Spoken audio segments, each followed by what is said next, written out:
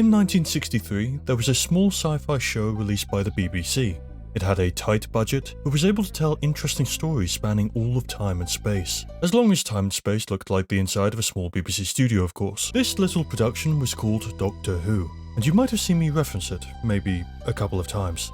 Doctor Who follows the story of the Doctor, a face-changing Time Lord from the planet Gallifrey, adventuring across all time and space, travelling around in a small blue box. Usually the Doctor will land on an alien planet, or London for some reason. They'll have a one-off adventure, or running away in a TARDIS, moving on to the next place, most likely London, or London but in space. The show has evolved quite a bit since its initial airing back in 1963, from the grumpy grandfather of the first Doctor to the cosmic hobo of the second, all the way to the Doctors with PTSD after surviving a never-ending war across all of time, and then whatever Jodie Whittaker's Doctor was supposed to be, but the identity of the show has largely remained the same over its runtime. Except for whatever Jodie Whittaker's Doctor was supposed to be. A lot of the DNA of Doctor Who, over the 60 years it's been on air, can be traced all the way back to the second ever serial of the show, beginning with an episode called The Dead Planet. After landing on a planet that is definitely safe and not heavily exposed to deadly radiation, the Doctor wants to explore an abandoned city that looks suspiciously like it was made of screws lying around the set of the BBC. But when they get inside, they find something that would continue to haunt the Doctor, even 60 years later.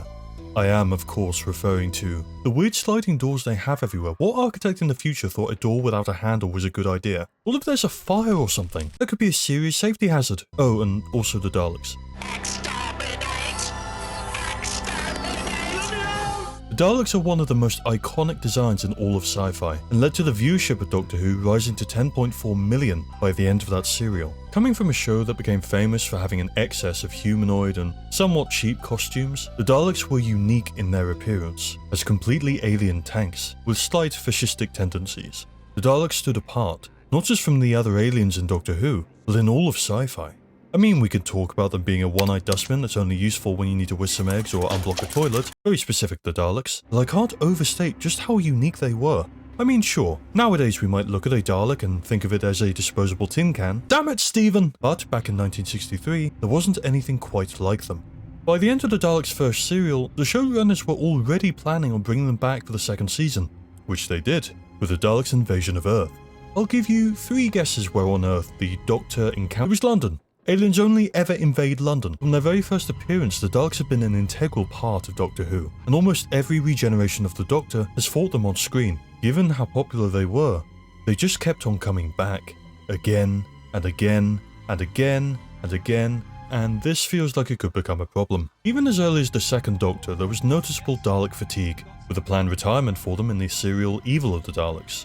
The more often they appeared, the greater the struggle to keep them interesting, and an even greater problem was keeping them threatening. Even in the classic series, there were multiple attempts to reimagine them, probably the most notable being Genesis of the Daleks, a story that essentially reintroduced the Twisted Mutants, with their origins from a brutal war and hateful creator Davros being explored and developed on for the first time.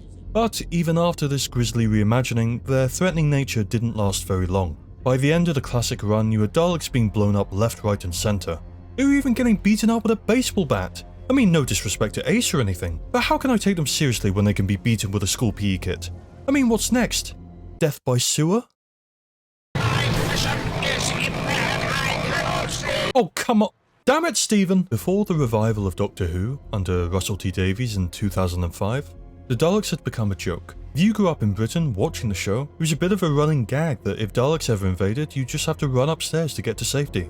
The Daleks had developed something of an image problem, and the revival had to find a way to not just bring them back, but to reimagine them as well. What we got was Dalek.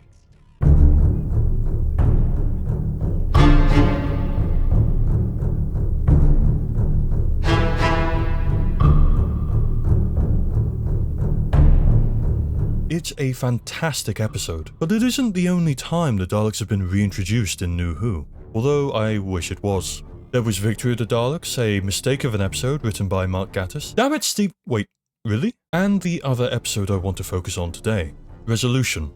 Written by Chris Chibnall, a man whose most notable achievement is being the worst thing to ever happen to Doctor Who.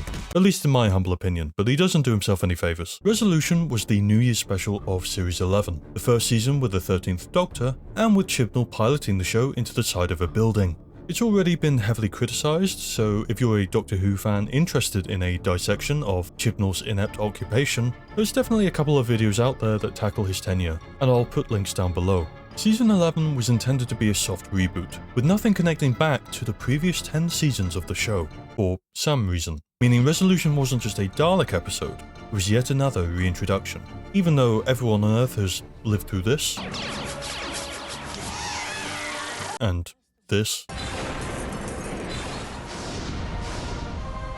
But sure, we need yet another introduction because none of our companions were paying attention apparently. In this video, I want to compare Dalek with Resolution, taking a look at how they're reintroduced, established as a threat, as well as how the episodes go about world building, and the impact on the Doctor, looking at what works, what doesn't, what it takes to reintroduce a villain. With that being said, hi, I'm Banquo. If you like what you've heard so far, please consider softly tapping the like button, and if you're curious about which fanbase I'm going to piss off next, feel free to subscribe. But for now, let's compare Daleks.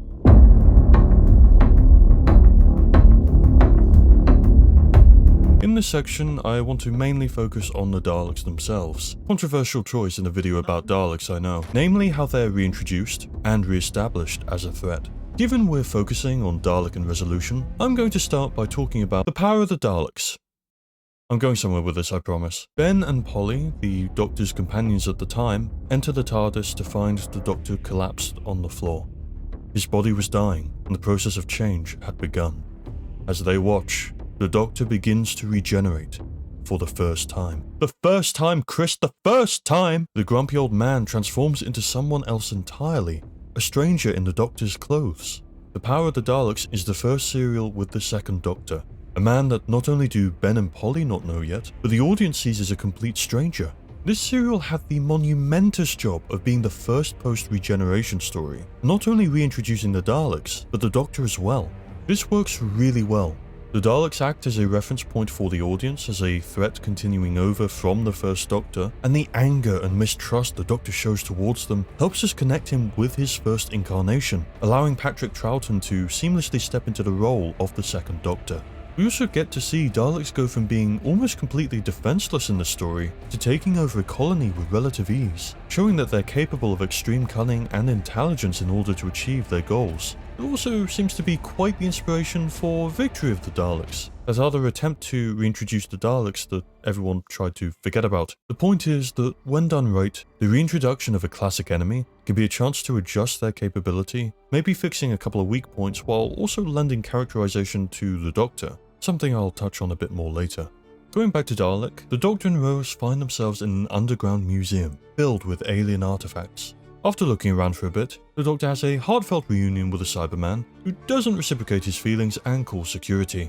We meet the owner of the museum, Mr. Henry Van Statten, who might have been a bit of an eccentric character if the past 10 years in politics hadn't happened. Like, the Slovene were an over-the-top caricature, and then we had Boris Johnson. But anyway, feeling a bit insecure about the alien expert in front of him, Van Statten boasts to the Doctor about his living exhibit, the Metaltron, a creature that fell to Earth screaming and refuses to speak, despite Van Statten's attempts to, shall we say, persuade it to. So the Doctor heads in, apologising for the humans and introducing himself, but the response is from an all too familiar voice. Doctor! Exterminate! Exterminate! Immediately, we're presented with something we haven't seen from the Doctor in the revival. As soon as he realises what the creature is, he's afraid. His first reaction is to run, the Dalek screaming as he tries to escape, only to realise It's not working! with the immediate danger having passed, the Doctor's fear is replaced with rage. We get a lot of information just from this first interaction between the age-old enemies. It's the first time we properly hear about the Doctor's role in the Time War, and we can see him almost taunting the chained Dalek with the extinction of its race. 10 million ships on fire, the entire Dalek race wiped out in 1 second. You lie! I watched it happen. I made it happen! The Doctor then takes an action that seemingly goes against everything we know about him. His first instinct is to kill the Dalek, before being stopped by Van Statten's guards, and leaving the Dalek to resume its silence. Okay, so that's our first scene with the Dalek. It isn't going around killing people yet, but there is a lot to characterize it with. If the revival is your introduction to Doctor Who, you don't know what a Dalek is yet, but you've had 5 episodes to get to know the Doctor. and his actions help shape our perspective of the creature. The Doctor being visibly afraid is something rare for the character, unless it's 13. Sorry. It's more than that though. The Doctor is prepared to execute the creature, lacking any of the compassion that's typical of the Time Lord, showing us the severity of the threat through his eyes. We also now know that the Daleks were the other side in the Time War. Everything from the first episode onwards has been laying the foundation for this, and it gives us some perspective of just how powerful the Daleks must have been and connects them directly to the destruction of the Doctor's planet and people. Anyway, Van Statten really wants to take the Doctor's shirt off, and while they're preoccupied, Rose convinces the supposed genius, citation needed, to let her see the creature, after watching Van Statten's men torture it. Oblivious to the Doctor's conversation, Rose feels pity for the dying alien.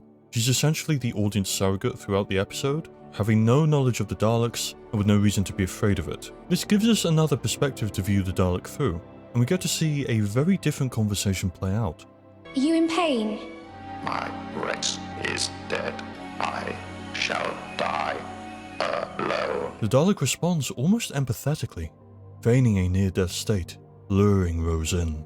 The Dalek tricks Rose into healing it, feeding off the touch of a time traveler, characterizing it as both intelligent and capable of manipulating others even when seemingly defenseless. After Van Statten gives the Doctor his shirt back, they watch as the Dalek easily breaks through the defenses of the complex, scouring the internet to try and reach out, while restoring itself back to fighting form. It would also suck this guy, but we'll get to that later. Van Statten continually sends in soldiers to try and stop the Dalek, while Rose and Adam, the supposed genius, citation needed, try to escape the facility, with the Dalek following in close pursuit.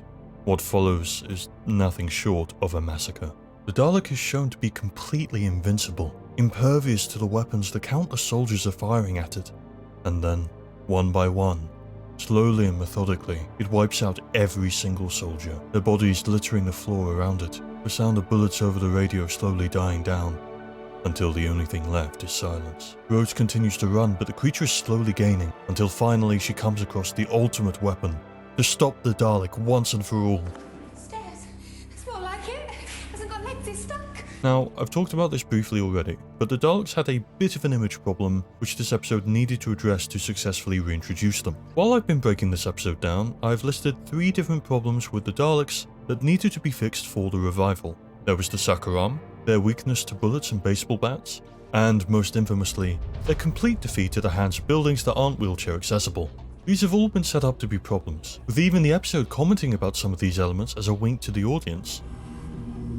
What you gonna do? Sucker me to death? Yep, that's me. You're probably wondering how I ended up in this situation. Let's start with the Sakaram. This thing was completely useless in the classic series, and anyone watching probably had a few questions about why the supposed master race had an arm specifically for plumbing. So what does Dalek do to address this? Well, now the plunger arm kills people.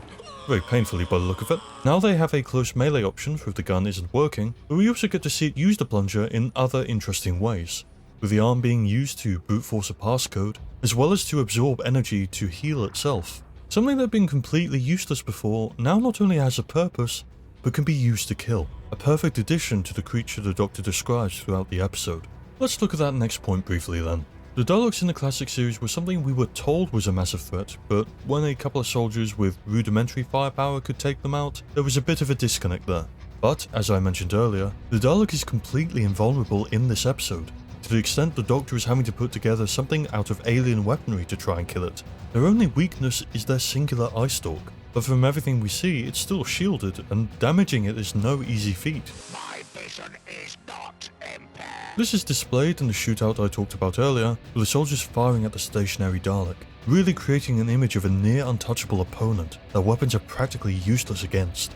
Lastly is that big one I mentioned, the aversion to stairs. While this had started to change towards the end of Classic Who, which I had to mention otherwise Whovians will get mad at me, the perception of the Daleks was probably most affected by this flaw. It was very easy to laugh at them for this obvious oversight. It's like trying to police a country with Daleks. Which would never work with the disabled access we got now. The Daleks can get everywhere. Yeah. But, like the plunger, the episode actively calls this out. Stairs. That's more like it. Hasn't got legs, it's stuck. Rose stating this is quite meta, acknowledging a lot of the jokes, but also setting it up to be subverted with a single word. Elevate. Daleks can fly now. They're flying giving them far more freedom and making them far more terrifying as a result. And just to make that point further, here's another clip from QI a few years later. Now, what can we do to stop the killer robots? Go Silly upstairs. robots. Go upstairs. Daleks have shown that doesn't work now. They can hover. Credit goes to the Magic Theatre for finding those QI clips in their video about Dalek and Rogue One. It's a brilliant video and I'll put a link down below. One by one, the typical flaws of the Daleks have been built up so the episode can knock them down and replace them with something new. And as a result, the Daleks feel more deadly than ever. But this episode has one last trick up its sleeve. While the Dalek has been rather enthusiastically killing everything on sight, every now and then we've been getting moments like this. It was looking at me. There's something inside looking at me like it knows me. Anyway, the Dalek continues happily massacring anything that moves, while demonstrating its rather creative problem solving. The Doctor decides to lock down the building, potentially trapping Rose with the Dalek. Anyway, in a series of events that nobody could have predicted, Rose gets trapped in with the Dalek.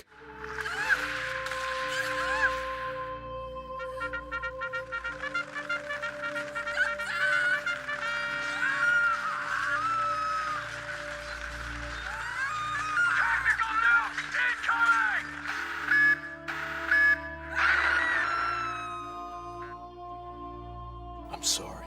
Never mind. Things to do. So far, we've seen the Dalek systematically hunting people down. No one who's crossed it has survived. And yet... Go on then, kill me. They're all dead because of you. They are dead because of us. The Dalek gives the Doctor a call, asking for a routine checkup, and threatening to kill Rose if he doesn't let it pass. The Doctor accepts, before leaving to put together a really big space gun to try and kill the Dalek. Both in the lift ride with Rose, yes I said lift, not elevator, and when the Dalek finally talks to Henry Van Statten, we can see the Dalek has begun evolving past the two-dimensional killing machine it started out as. The Dalek is beginning to feel, beginning to think, questioning why it didn't kill Rose. And when it goes to kill Van Statten, the man that had locked it up and tortured it, when Rose begs it to stop, it listens to her and lets him go. First with Rose and then Van Statten, the Dalek has actively made decisions that contradict its very nature, subverting everything we've seen from it so far. The Daleks have always been a representation of fascism, eradicating anything that isn't just like them, but now its purpose is being called into question. The Dalek reaches the end of the labyrinth with Rose, blasts the ceiling, and opens its casing, basking in the sunlight. Rose looks down at the pitiful creature, entirely reliant on the cold shell it resides in, and we get one final subversion. Rose, get out of the way now! No, because I won't let you do this. The Doctor almost seemingly takes on the role of the Dalek here, reflecting the toll the Time War has taken on him, and how he's changed from the Doctor we knew in the classic series. Rose convinces the Doctor to stand down, getting him to reflect on the person he's changing into, before he looks down at the final Dalek. Oh, Rose, they're all dead. Why do we survive? I don't know. When Rose healed the Dalek, it absorbed her DNA, and as a result, mutated, slowly moving away from its hatred of everything, giving it the ability to feel again. It's no longer a pure Dalek, and unable to live with its impurity. The Dalek asks Rose to order it to die. One final command. Do it. Are you frightened? Yeah. So am I. She gives the order, and the Dalek obeys, seemingly a final end to the Great Time War, leaving the Doctor as the only survivor. So that's Dalek, an episode that had the monumental task of reimagining the aliens for the modern age, paying homage to the classic series while removing their more outlandish flaws. And it managed it, while also becoming one of the greatest Doctor Who episodes of all time. It's a fantastic example of how to bring back a classic villain, and update it for the modern age. Which brings us to resolution. Before I can explain how Chris Chibnall ruined the Daleks, I first need to explain how Stephen Moffat ruined the Daleks. Russell T Davies always used them for the overarching narrative of his stories. Dalek isn't just a reintroduction of a classic enemy, it's also the setup for the season finale, where we see a fully fledged Dalek fleet. We've seen what even a single creature is capable of, helping to establish just how deadly an entire army could be. Even when the Daleks weren't the main threat of the season, through Davies' run they were still setting up future conflict. There's definitely an argument that the Daleks became too prominent in the Davies era, but they always had a purpose, and were a very clear threat. Exit stage Russell, and enter Stephen Moffat, Throughout Moffat's tenure, the Daleks never become a threat. They're never really important to any overarching story, serving as cameo roles in season finales, or they're just kinda there, not really doing anything. Just content to chill out on Skaro, I guess. Moffat also constantly added new lore to the Daleks that was just stupid, like Daleks having a giant asylum planet, or death by sewer. Daleks were simultaneously treated as an increasingly overly complex society built on hatred, nobody escapes the Dalek camps, and a comedic gag for the Doctor to make a joke about. So, anyone for dodgems? Where did we start the series again? Oh, right. You sure go over that quickly. Moffat ended his run, bringing the Daleks back to where they were at the end of the classic series. A torn up punching bag with nothing interesting left to contribute. But after a Christmas special with Daleks cameoing, where nothing happened, it was Stephen Moffat's turn to exit the stage, allowing Chris Chibnall to enter backwards, stumble around a bit, and fall on his face. To be as upfront as possible, I do not think Resolution or Chibnall's run on the show are any good. In fact, I'd say his time as showrunner is the worst thing to ever happen to Doctor Who. And I've watched the 6th Doctor's run. Villain! So bear in mind that while I feel that my criticism is fair, I am also biased. Luckily for my sanity, this video is pretending not to be a critique of Chibnall's entire run, but if you are interested in an analysis that goes on for then I'd highly recommend JXE's video. They do a fantastic job covering the first 2 seasons under Chibnall and break down why a lot of Chris's episodes fall flat. It's a great video and was definitely quite helpful when I was working on the script for this video. But anyway, Resolution was the first episode in Chibnall's era with a returning villain. A good returning villain. And after Moffat, changes definitely needed to be made. Unlike Dalek, Resolution was more of a soft reboot, and needed to re-establish the Daleks as a threat in the Doctor Who-niverse. So how does Chris go about achieving this? Well, he kinda wrote a fanfiction of Justice League. What? Now I'm sure it wasn't intentional, but it's weird how similar the plots end up being. Justice League had Darkseid, or Steppenwolf. Neither are canon now anyway, fighting 3 armies, Amazons, Atlanteans, and humans. When they defeat Darkseid, he drops 3 mother boxes and has to return to spawn. The armies then take a box each, and go bury them in the sand somewhere. Given how Justice League is one of the films of all time, imagine my surprise when the first 2 minutes of Resolution are a montage of 3 armies coming together to take out a Dalek, killing it, before splitting its body into 3, with each army taking a part of the squid and burying the pieces in the sand somewhere. When I started this video, I didn't think I'd be comparing a Dalek episode to a major motion picture, but now that we're in hell, we might as well make the most of it. Regardless of the version of Justice League you watch, the bad guy is clearly established to be a threat that was only defeated by enlisting every possible advantage, including literal gods, in order to squeeze out a narrow victory. The old heroes aren't just cannon fodder. Although their armies sure have a lot of red shirts, they're powerful warriors in their own right that the Justice League has to try and live up to, despite having nowhere near the same numbers. The ancient battle is an omen of what's to come, a warning to tell the Justice League they aren't ready for the coming fight. Comparing it with Resolution, firstly, we don't see the fight, which for an overly heavy narration sequence anyway, makes it feel even more pointless. Instead, we get a bunch of people walking intently, with jump-scare massive text out of nowhere. But there's a bigger problem here. With Justice League, I emphasized that among the people fighting Darkseid, we had a pantheon of gods, a Green Lantern, the King of Atlantis, and a bunch of humans to die in the background. Even if you didn't show the fight, and only revealed the aftermath, with Zeus and Ares exhausted and wounded after a narrow victory, you could probably still communicate the threat pretty well, given these are supposed to be literal gods. For Resolution, not so much. You don't have any time agents or Shadow Proclamation to fight the Dalek, but you still have all the humans dying in the background. Except in this story, not only did the humans survive, they also managed to take out the ultimate killing machine, capable of wiping out planets with a single soldier, and they beat it with sticks and stones? For reference, here's Dalek.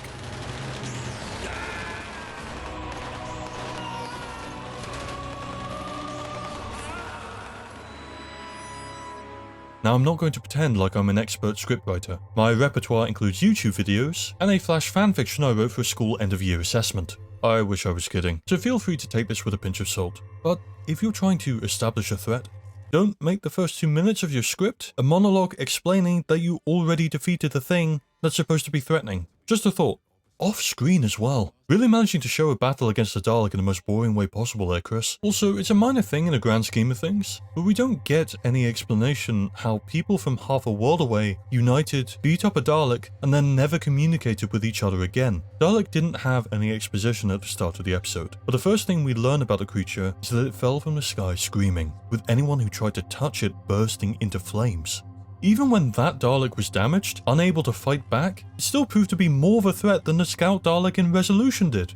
So after the three armies each take a third of a Dalek, bandits attack the courier in Yorkshire, looting the body while leaving the suspicious package he was carrying, making them the most incompetent bandits of all time. We get a time skip to spare us from pretending to care about anything that just happened, and start off in the sewers.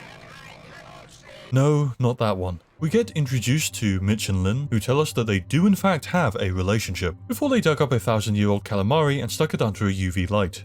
Okay, so we're maybe 5 minutes in at this point, and this episode goes on for... oh. Well, it does bring me to the next problem. The Dalek is dead as a doornail. Well, in this story, the UV light is supposed to bring the creature back to life. Now, while I think it is a bit of a weird approach, given the number of Dalek corpses that mount up in Doctor Who, if it was the case that UV light or a specific energy band of radiation regenerated the Dalek, that would be a good way of showing just how deadly a Dalek can be. You can't even relax around a dead one without the possibility it might come back to try and kill you.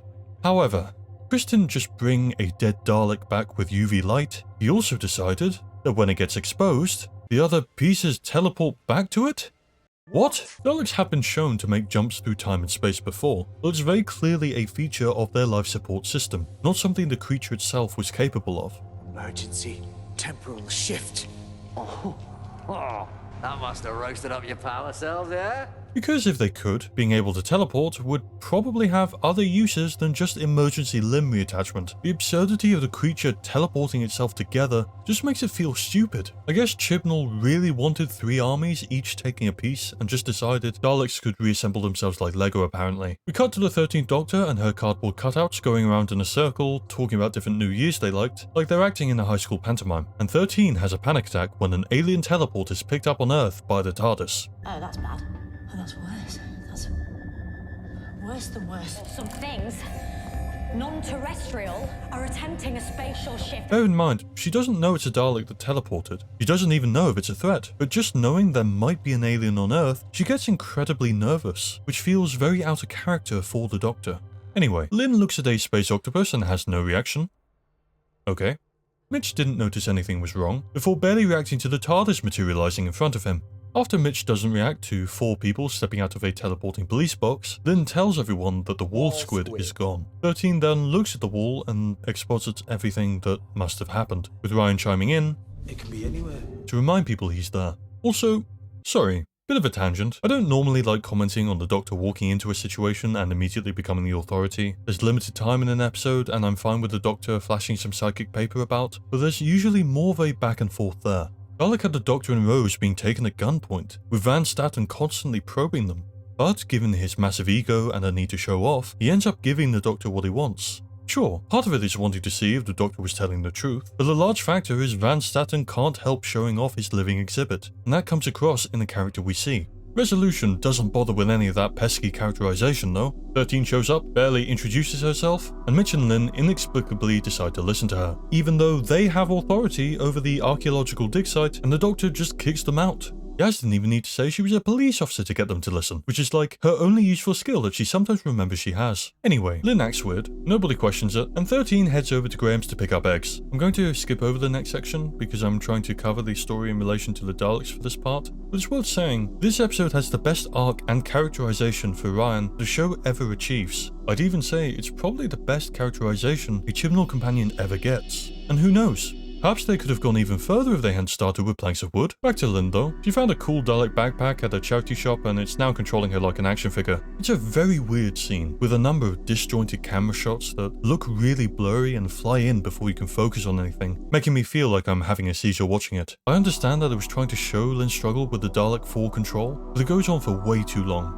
It also has to be said that the dialogue with Lynn is pretty cringy and doesn't do much to make me feel like it's going to be a massive threat. The Dalek creature being able to control someone is definitely a new direction, but the episode doesn't do anything interesting with the idea. Also, the Dalek is now able to telepathically control someone? Of all the exposited information typical of a Chibnall script, they never bother explaining why Daleks are magic now. The thing that gets the most focus this episode is the Dalek piloting a human. Personally, I'm not sure if I like the idea of it controlling someone like this. I almost like the idea of the creature being nearly defenseless outside of its powerful shell. But if you wanted to make the Dalek threatening by controlling people and using them as weapons, then I don't think Resolution achieves this very well. Jumping ahead a bit, Dalek plays IRL GTA. They don't really give the actress for Lynn enough to work with here, and she does this really goofy smile that just looks dumb more than anything. We then get her killing or maiming two police officers. They show one getting knocked about while their partner doesn't pay attention, before she finally realizes something is up, screams, and then it cuts away. Lynn then steals a uniform and drives to a super secure facility. One guard. Just one guard. We get another cutaway from anything interesting, and the Dalek is magically taken out of one guard from the super secure lockup. The last major thing the Dalek does while puppeting Lynn is kill a random farmer? No, seriously. I watched the episode multiple times, made notes, and they still just say Dalek pulls up to random farm, kills a guy, and then assembles a new body? It's a farm, not a workshop. I skipped a lot of scenes in that recap because I wanted to cover the deshelled Dalek. We don't get to see it do anything interesting. Every time it takes someone out, it's a cutaway shot, which doesn't imply something horrifying, just that Chris didn't have any idea how the Dalek would kill someone either. Aside from that though, this is supposed to be a reconnaissance Dalek, but we don't get to see it do any subterfuge or proper information gathering. I'll get back to the magic powers, I promise. What might have been cool would be if it was swapping bodies, using pieces of information to slowly get closer to its goal. Maybe the Doctor doesn't know which body the Dalek has taken, having to find out who's acting a little sus, like an imposter. Perhaps the Dalek could outwit the Doctor, leading her to the wrong location and giving it time to remake its casing, instead of the Doctor knowing where the Dalek is, having a time machine, and still being too late to catch it. With the Dalek being vulnerable, it would have been interesting to see it having to avoid detection in its exposed state. Perhaps it could enhance the strength of the person it's controlling, but whatever you decided, you should absolutely show the Dalek doing it, rather than cutting away whenever it's about to get into a fight. It's important to show it improvising, adapting, and overcoming the roadblocks in front of it, while also showing us why it's such a threat. Unfortunately, we don't get any of that though. Instead, we get magical plot advancement powers. Okay, so I skipped a few scenes with Dalek Lynn to focus on the action, or lack thereof, but what I left out was all of the pointless exposition. We get the Doctor telling us she found DNA of the most dangerous creature in the universe.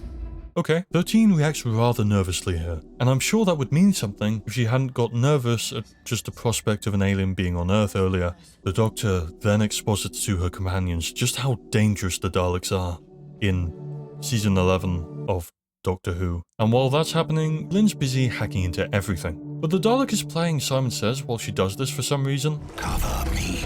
Sit. Which seems to imply that Lynn has at least some free will, but the next shot shows her expertly hacking into a random company, making it seem like the Dalek has full control. Not only that, but the Dalek hacking into the one place that had what it needed, having done no research, feels rather contrived. If they were controlling a unit soldier, or someone who might have knowledge of alien weaponry, then the Dalek scouring their brain would fix this problem. But Lynn is just an archaeologist. She's not a hacker, and certainly shouldn't have access to that kind of information. Although somehow Mitch also seems to know what the company does when the Doctor asks him about it later on, making it the Area 51 of poorly kept secrets. My mad ranting aside though, it does help characterize the Dalek as efficient and intelligent, even if it is in a very contrived manner, with a ton of cheesy dialogue. It does remind me of Dalek, where it used the plunger to search the internet, but there we found that the structure was likely a data hub for the internet, given Van Staten was the owner. Not only that, the Dalek is also using the plunger arm and its life support system in order to absorb the massive amounts of information,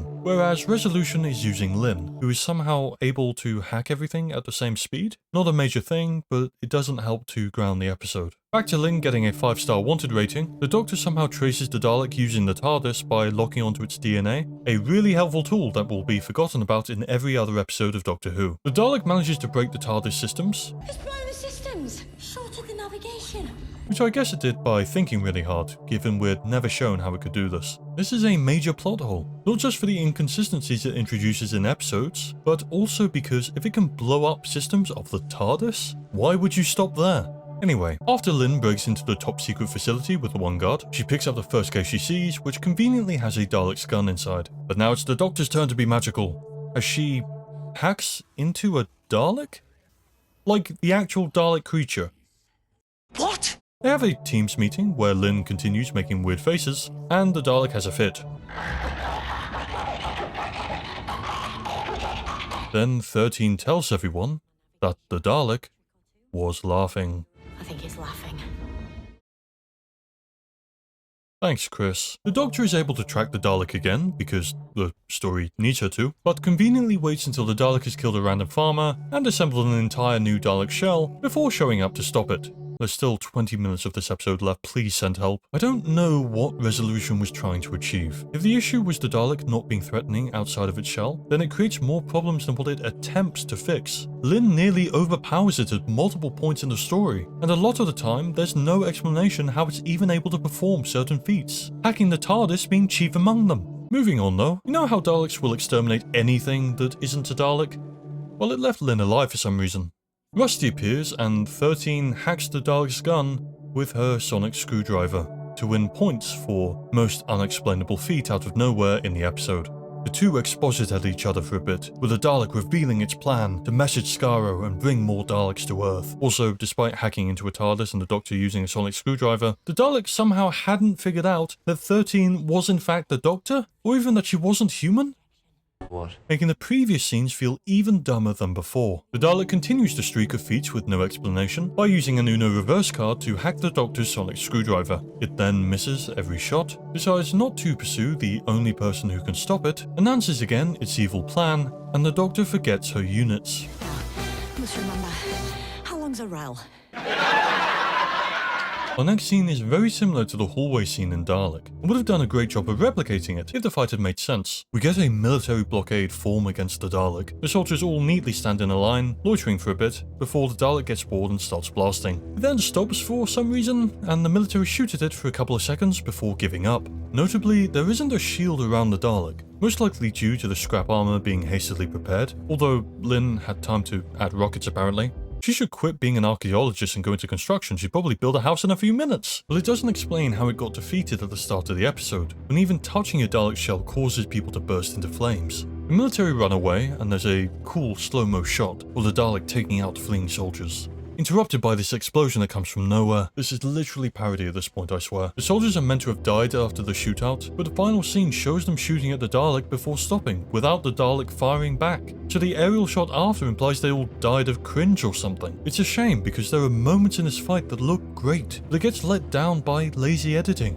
And as a result, it makes the scene funny rather than ominous. In Dalek, we get to see it methodically taking out soldiers, slowly eliminating each one, with their bullets unable to even reach the shell. As more soldiers move to flank it, Dalek swivels its body, able to watch one passageway while shooting down another. As Van Statten orders the soldiers to stand down, the sound of fighting dies out.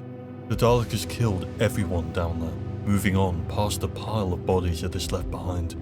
Resolution feels like it is trying to replicate the scene, but put all of the elements in the wrong order, in favour of enough explosions to make Michael Bay blush. Back in the TARDIS, the crew are trying to figure out how to stop it, and Mitch happens to be carrying the book, showing how people in the Middle Ages apparently beat a Dalek with fire. Okay, to be generous, let's say the flames in the picture are 1,200 degrees. That's measured in Celsius Americans, not equals with heat stroke per wildfire. Carbon steel has a melting point of 1,410 degrees at the very lowest. Daleks are made out of Dalekanium, a material seemingly capable of withstanding burning up when entering into the atmosphere. The records say it came from the sky like a meteorite. It's burnt in its crater for 3 days before anybody could get near it, and all that time it was screaming. If anything, we're shown it can take in phenomenal amounts of power all at once, with the only consequence being it mended its battered armor. Whereas in the Chibnall era, Daleks are made of mercury apparently. Besides, are you really telling me the Dalek just decided to remain stationary while being held with a couple ropes? Now I know why Chris went for exposition rather than showing it getting taken out with a big net and a bonfire, because then the episode would have been immediately done rather than waiting 5 minutes. Back to the Dalek, it attacks a satellite facility to reach out to Skaro, shutting down the internet so Chris can try and be funny. The Doctor arrives, and after a brief standoff, they rush the Dalek, putting their master plan into action. Their master plan being to attach a microwave oven to the Dalek. I wish I was kidding. The Dalek panics and misses every shot, and then they use the microwave oven to melt the Dalek shell. Carbon steel has a melting point of, after defeating the Dalek made of butter, the crew don't bother checking if the creature survived. Surprise! The Dalek survived! It's holding Ryan's dad hostage! Oh no! By the way, Ryan's dad is in this episode, we'll get to him later. The Dalek tells 13 to take it to Skaro. 13 agrees, and then tells it they've arrived. For some reason the Dalek believes her, opens the door, and gets flung into a supernova. The end. That's pretty much everything the Dalek does in Resolution, and personally, I don't think it made the Dalek seem formidable, more gullible than anything. Well, I'm sure that was just a one-off, and it won't ever happen again. 1 season later. Oh. The episode is almost split into 2 halves, with one being about the Dalek, and the other being about Ryan and his dad's relationship. But out of the 2, the part about Ryan and Aaron should not be significantly better than the half about a Dalek. Resolution and Dalek share a similar structure, but while Dalek does a tremendous job of setting up perceived flaws and subverting them to show how powerful it can really be, Resolution just tells us repeatedly the creature is a threat, but everything we're shown contradicts what we've been told. This section has been purely focused on how each episode reintroduces the Daleks, but Dalek completely wipes the floor with Resolution in this aspect.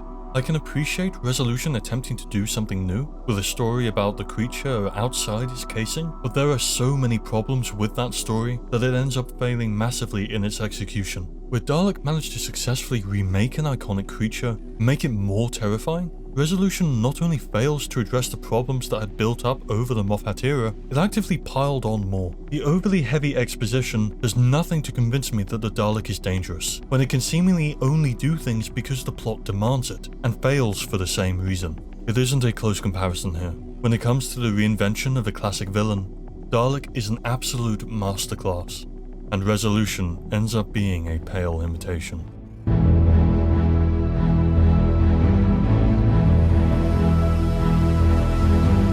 Okay, so both episodes set up Daleks as a threat, or at least try to, but you can't just make a story on that alone. You need to have strong characters, good world building, and in the case of Doctor Who, compelling companions. Rose is very much the audience surrogate during the story, representing the people whose first experience with Doctor Who would be the revival. When Rose gets her first view of the Metaltron, she sees that it's in pain and wants to help. I talked before about the flaws set up around the Dalek. Well, Rose's perspective is what we see them through, allowing her to make statements on behalf of the audience that set up a subversion of the original tropes. Her actions mark the beginning and the end of the story, but she's also a witness for both the Doctor and the Dalek, starting out sympathetic to the creature locked away, before having to run for her life as it exterminates waves of soldiers, slowly closing in on her. But as the episode goes on, the Dalek afflicted with Rose's DNA begins questioning its purpose. After the Doctor traps the Dalek in with her, we get a moment where the Dalek is threatening to kill her if the Doctor doesn't release it. Don't do it! But even when terrified, she bravely puts the lives of everyone else before her own well-being. She even tries bargaining with the Dalek to spare the lives of the people above. It's Rose that convinces it to spare Henry Van Staten, the person who, aside from the Doctor, the Dalek should want to kill the most.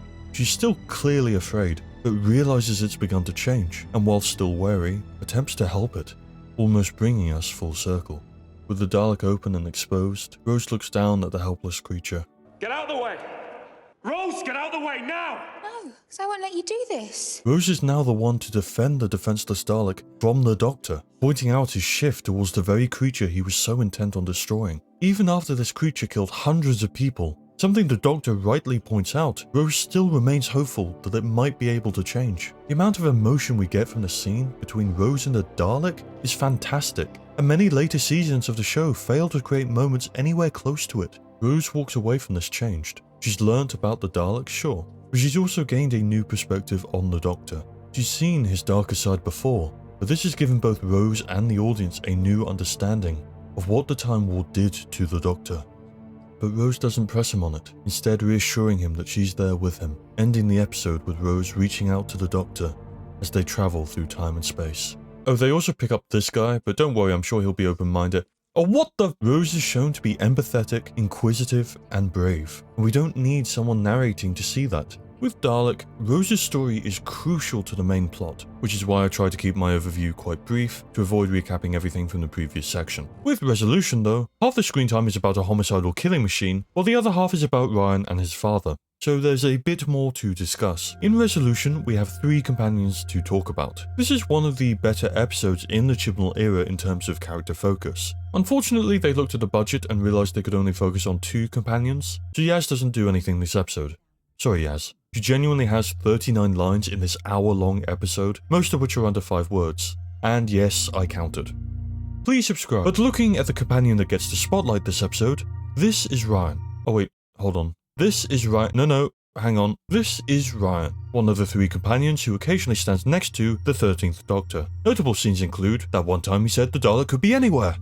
It can be anywhere. Riveting conversationalist Ryan Sinclair. Resolution is quite an odd episode because the 2 parts barely have any interaction before the ending. Ryan's daddy issues, or paternal problems if you prefer, have been something that's occasionally come up whenever Chris wanted Ryan to look like an actual character, but this episode is where he actually gets a chance to grow from it. Confronting his dad, and realizing that even though they've had massive problems, Aaron is still someone Ryan cares about and wants in his life. The first scene with Aaron works really well. We get some comedy of Graham opening the door, seeing Aaron and immediately shutting it again, before Ryan opens the door and we get our introduction. This is my dad. Oh. Reactions of the group are kind of played for comedy. No, I won't call them fam. I'm not planning of dying of cringe just yet. I do quite like 13's reaction though. Hi, Ryan's dad. You weren't at Grace's funeral. Ryan waited for you. You let him down. It's very blunt and does a great job of saying what everyone's thinking, while also making them all feel very awkward, which works well. Also, if you haven't watched this season, just some context, Grace is Ryan's grandmother and Graham's wife, who died in the first episode by imitating Tom Baker, and Aaron, her son and Ryan's father, didn't show up to the funeral. Graham has a conversation with Aaron, acting very much like the guardian for Ryan that he's slowly become, while also very directly telling the audience, "You haven't done enough." We also get Ryan calling Graham Gramps in front of Aaron, showing the growth in their relationship while Aaron has been away, making us see Graham as a surrogate father to make up for Aaron's own poor parenting. I wish they didn't have Aaron then repeating the line though. Gramps. Like, hey, did you miss it? He called him Grandad. See? He's a character. Look at what a character he is. I'll try not to bring up the overly heavy exposition too often, but it really is a problem in the Chibnall era, and holds back scenes like this, where it would have been better to say nothing and let the dialogue speak for itself. We then get Aaron pitching the microwave oven, which shows him as someone who, even while trying to make amends with Ryan, prioritizes making a profit, even giving Ryan a version of the sales pitch later in the scene. Despite claiming to have come to try and fix their relationship, he's still putting his interests first, and in response, Ryan pretty much rebukes Aaron, redrawing the boundaries between them. This ends up being about Aaron's growth as much as Ryan's, with Ryan letting out his frustration towards his father. You say, Ryan, I'm sorry. I've messed up. I haven't been good enough. I've let you down a lot. And Aaron learning not to run away from his responsibilities. We aren't quite ready for that yet though. Instead, Aaron tries justifying his decisions, admitting he ran away out of shame, and he's trying to make a change. But Ryan isn't ready to let him back in just yet. After Ryan leaves, Graham and Aaron spend time catching up, with Graham showing him everything Grace had kept, asking him why he didn't come to the funeral. Does a good job of showing Graham as empathetic and willing to reach out to give people a second chance. This is our last major scene character-wise, before all of our characters converge for the final confrontation with a homicidal Dalek that I definitely didn't forget was the point of the episode. Fast forwarding a bit, the Doctor microwaves the Dalek to death, except not really, because it actually took hold of Aaron. Oh no! And now they need to save him. 13 tricks the Dalek because it's really stupid, and while it's trying to take Aaron with it, we get the conclusion of Ryan's arc. He reaches out to Aaron and uses the power of friendship to break the Dalek's hold over him. Ryan takes responsibility for Aaron here, reaching out to him. Even if Aaron isn't ready, Ryan's there for him, showing massive growth in the couple of scenes they were apart for. Ryan forgives his father, giving Aaron the strength he needs to stop running and fight. The Dalek gets flung into space, and they leave Aaron in the sewer with Mitch and Lynn for some reason. I had to check multiple times to make sure they hadn't just done a jump cut, but no, they straight up leave him in the sewer for no reason. This is the closest Ryan gets to becoming a fully fledged character, and we get pretty good development for our 3 main companions, Ryan, Graham, and Aaron. Hey, wait a minute. Okay, so aside from Yaz standing around doing nothing the entire episode, does it work? Well, not quite. There are a couple of problems with how Resolution integrates the two halves of the episode. With Dalek, Rose was an integral part of the plot, but even if she hadn't regenerated the Dalek or ordered its destruction, she's still actively being pursued by it throughout the episode, having to react to the threat given her life is on the line. She has her own arc and realizations through the episode, but her story isn't separate from the main plot. Resolution has two stories that couldn't be more removed. The ending feels odd because Aaron hadn't played a role in the story with the Dalek, neither had Graham or Ryan really. If it had been Mitch or Lynn, then at least they'd been present for most of it, but there are too many characters here to keep track of. Developing Ryan and Aaron was definitely needed, but the episode doesn't make any room for the other characters. Dalek was one continuous story that developed Rose, the Daleks, the Doctor, and gave us some world building on the side. Resolution is like two ducks in a trench coat trying to go in different directions. Aside from the problems of integrating Ryan's arc into a single episode, it shouldn't be happening in a New Year's special. There was an entire season beforehand, and yet this is the first time we're meeting Aaron. It makes the development between Ryan and Aaron feel very rushed, and we should have seen this play out across the series, perhaps seeing small developments in their relationship as the episodes go on. You could still have the resolution. Oh! That's why they named it that, but Aaron should have been more connected to the plot. We should already be familiar with their relationship by the New Year's special. Instead, we have a collection of conversations which work well on their own, but essentially have Ryan doing a complete 180 after a single conversation. They have a brief talk before going to fight the Dalek, but it's just pointless exposition, and it's as if the last conversation between them never happened. It ends up being a really weird amalgamation of an episode, with Chris seemingly trying to make up for all of the characterization he left out of season 11. Out of the two plots, Ryan's relationship with Aaron is the far more interesting of the two, but it still needed a lot more to characterize Aaron's relationship with Ryan, and we don't have them interacting nearly enough to really justify the resolution we get. Rose's arc is far smaller than Ryan's, but it ties into the story being told, and we have enough scenes with the Doctor and the Dalek to understand why she makes the choices she does. Ryan has a pretty major part of his characterization solved in the space of an hour, and barely interacts with the main plot of the episode. Ryan ends up being both overused and underutilized at the same time, and while it might be one of Chibnall's better attempts to characterize his companions, it's still a far cry from what we get with Rose in Dalek.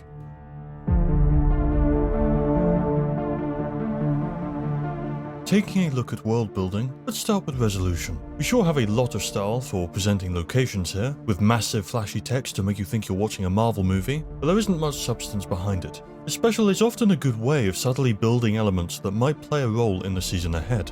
In the Russell T Davies era, you had Torchwood being referenced in the season 1 special, and Harold Saxon being brought up in the second, both of which offer foreshadowing for the season ahead. Resolution, with the exception of maybe one scene, almost has anti-world building. How did three armies come together to fight a Dalek? Oh, it's not important. Don't worry about it. What is the Order of the Custodians? Well, they had a book on the Dalek, but that's it.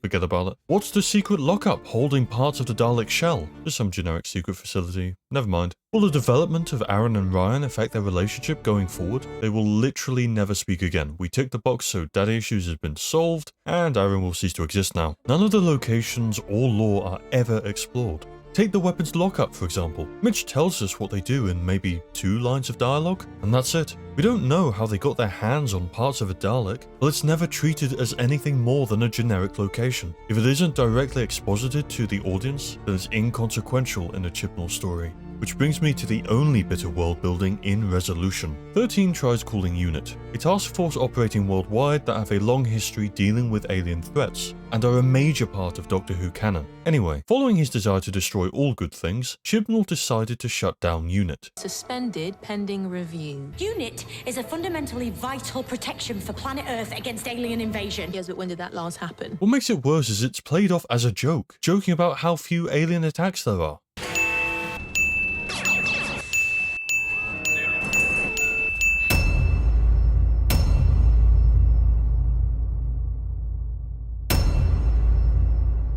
Now this seems to set up events that happen in season 13? Not season 12, which is the season following this one, but 13. where this random phone call will set up the disbanding of UNIT. But given what Chris has shown of his ability to write coherent season-wide stories, I personally don't know if I believe this. I mean, sure, perhaps he had a terrible idea that he'd planned 2 years in advance. He did have a censored drag tell everyone that he was going to ruin all of Doctor Who a year before he did it, but call me skeptical. Regardless of how carelessly Chibnall screwed with the show though, this phone conversation is the most world building we get for resolution. And if we believe Chris had intended this to tie into season 13 when he wrote it, then it does set things up for the future. It's just odd to plan it 2 seasons in advance. Someone who really understood world building and setup though was Russell T Davies. And while he didn't write Dalek, that would be Robert Shearman, the person who wrote the audio adventure Jubilee that was adapted for season 1 here, he does have a number of clever setups for a later payoff, the first being the museum itself. When the Doctor and Rose arrive, they find a bunch of alien exhibits, like a Slovene arm tying back to their most recent adventure and giving the audience an idea of what this museum might specialise in, as well as a Cyberman's head, calling back to the classic series, while also foreshadowing their return in a 2-parter that calls back to this episode. The thing is, I've seen Cybermen before, haven't I? The head, those handle shapes in Van Statten's museum. We also get the recurring motif of the season, the Bad Wolf. It's a blink and you miss it moment, but it's the name of Van Statten's helicopter. It's nothing major, but you've heard it before. It keeps coming up and you don't know why.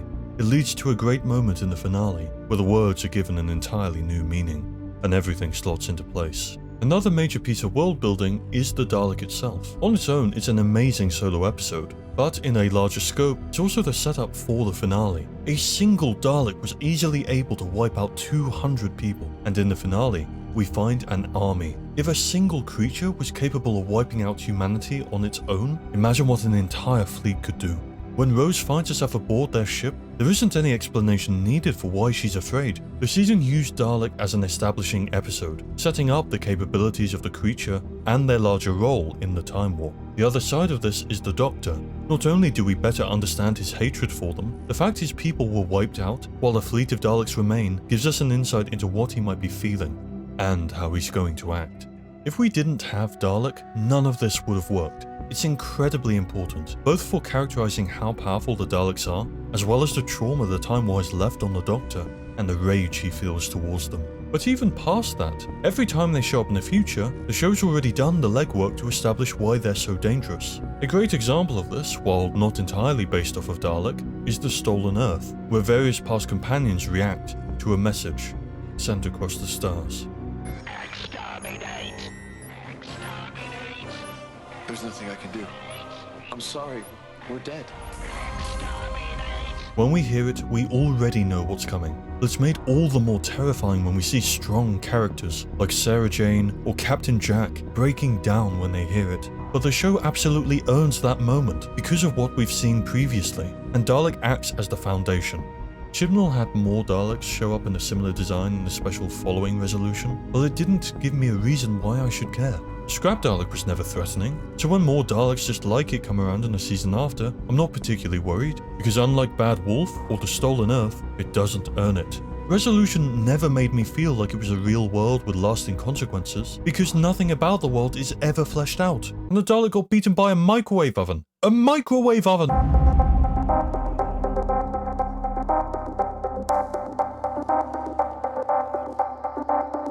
The last thing I want to talk about before I go Don't say that. is the Doctor. I pointed out when talking about the power of the Daleks that even as early as the first regeneration, the Doctor's reaction to the Daleks was an important tool for characterizing him. While usually a peaceful character, the Doctor's pacifism has proven to have exceptions when it comes to the fascist alien death machines, and when done right, it can be used to explore a darker side of the character. This is most apparent in the Russell T Davies era, with the 9th and 10th Doctors still haunted by the Time War. The fight against them feels particularly personal, and Christopher Eccleston did a fantastic job of portraying that emotion in Dalek. We spent half a season with 9 by this point. He's had his dark moments, but even when facing villains he knows to be in the wrong, he usually offers them another chance, even if they rarely take it. He's also a very confident character. At arms!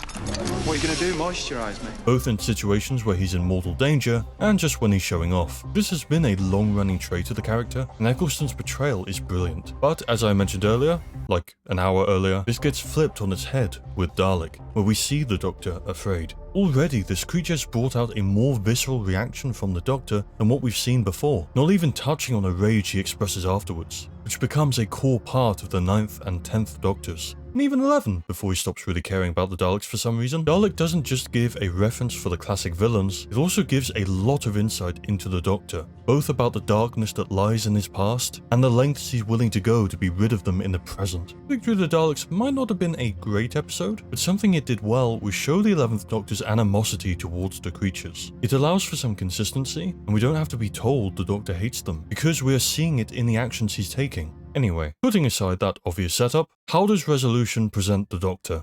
Well, her hatred for the Daleks seems consistent, but there's a bit of a difference here. We get told that 13 learned to think like a Dalek a long time ago, but we don't see it in practice. She doesn't become more distant or angry, it's the complete opposite. She's as chatty and overly expository as ever. 13 jumps from being overly nervous to making jokes when the story should be taking itself seriously. Now, I'm not saying you can't make jokes in an episode. Despite the dark tone, Dalek had the Doctor making quips as well.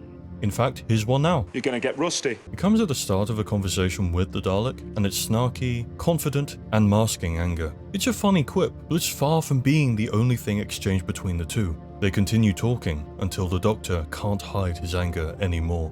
The Daleks have failed! Why don't you finish the job and make the Daleks extinct? Rid the universe of your filth! Why don't you just die?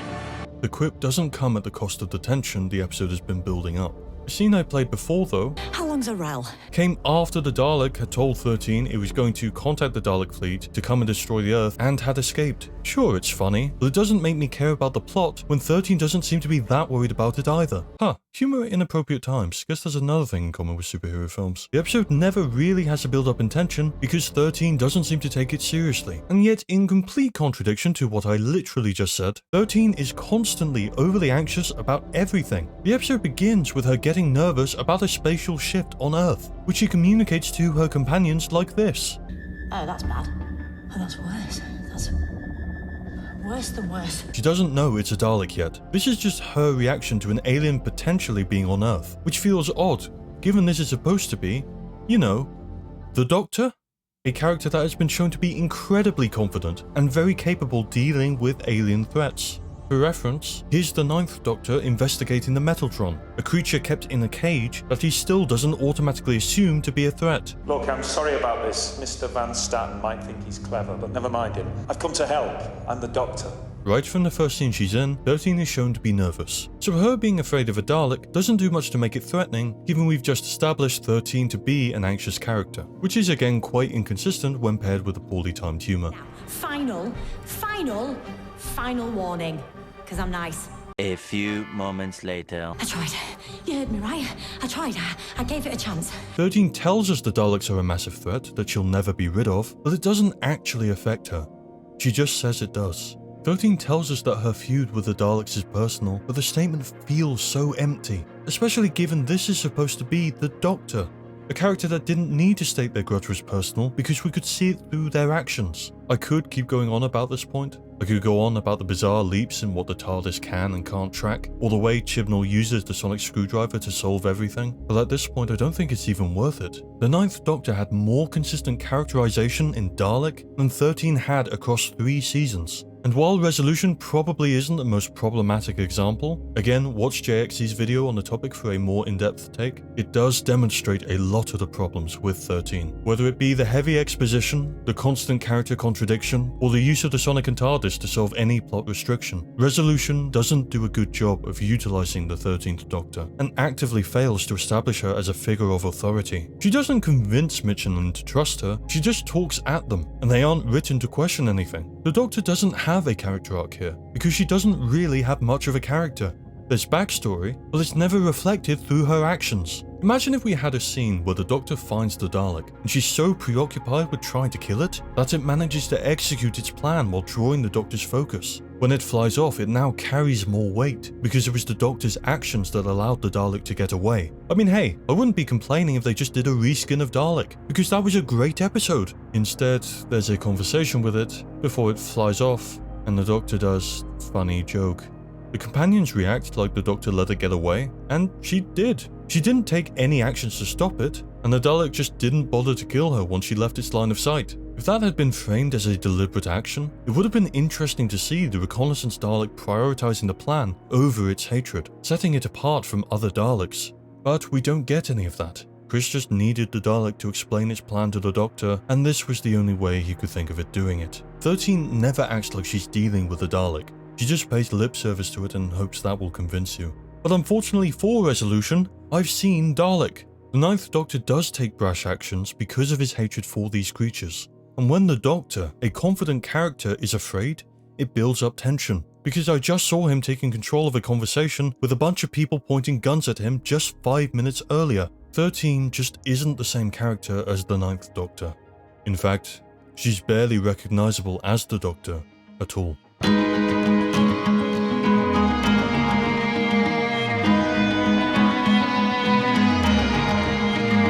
Hey, we finally made it. If you're still here and you're a Chibnall fan, first of all, I'm sorry, but thank you for sticking with me. With the departure of Stephen Moffat from the show, we got Jodie Whittaker as the first female Doctor, and I really wanted it to be good. You may have noticed, but as much as I've been bashing Chibnall, Stephen Moffat hasn't exactly escaped unscathed either, and when it was announced he was leaving Doctor Who, I was very excited for what was coming next. When I watched season 11, I was pretty disappointed. I'd really been trying to give it a fair shot, but after watching Arachnids in the UK, it pretty much jaded my perspective of the Chibnall era from that point on. For years I didn't even watch Resolution, because after the season 11 finale, I didn't see the point. More recently though, I'd been doing a complete rewatch of all Doctor Who, and finally completed series 12 and 13. After watching through those later seasons, I had thoughts to say the least. Watching the first seasons of New Who under Russell T Davies and comparing it to Chibnall's run on the show, it felt like night and day. Other than a blue box and a screwdriver, there was nothing even close to resembling the show I was familiar with. Resolution seemed like an attempt to inject some of the DNA of Doctor Who back into the show, but in the end, the episode feels more alien to me as a lifelong fan than the Dalek menace present. And I'd still rate Resolution as one of the better episodes in Chibnall's run. The Dalek ended up being more laughable than threatening, the Doctor didn't act like the Doctor, and the world building was non-existent. The one thing I could praise this episode on would be Ryan and Aaron's relationship. It's the most we ever get to see of Ryan acting independently, but it shouldn't have been condensed into a special to begin with. With the exception of maybe one episode, Chris's characterization never gets any better than this. Oh, sorry, give me a sec. Hello? Oh, he didn't write Haunting of Villa Diodati? Oh.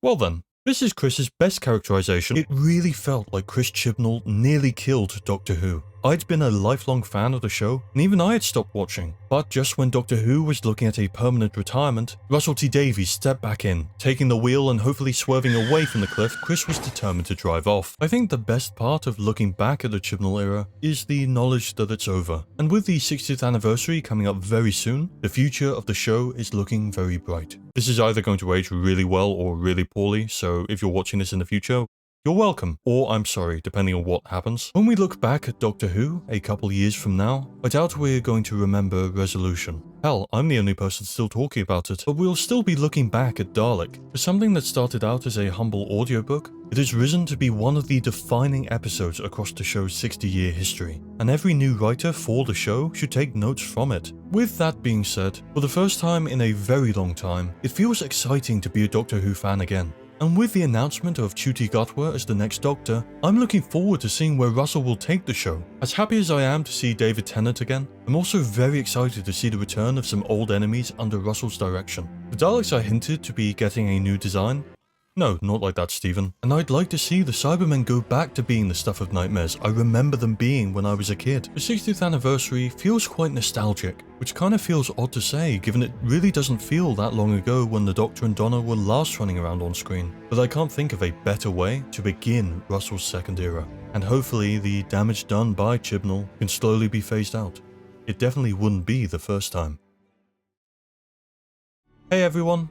Thank you for watching this very short and concise video. I know it's a bit different from what I've done before, but I hope it's been enjoyable. If it has, please consider leaving a like, and maybe even subscribe if you're feeling fancy. I have a couple ideas for content I'd like to make next, Some video game related, some not, but hopefully it'll be interesting. If you're a Doctor Who fan, let me know if you'd be interested in a bonus video on how I'd fix some of Chibnall's plots lore-wise. Bit of a specific niche, but maybe that could be a short video on a Patreon or something. We'll see. But hey, I've been Banquo, thank you for watching, and I'll see you in a bit.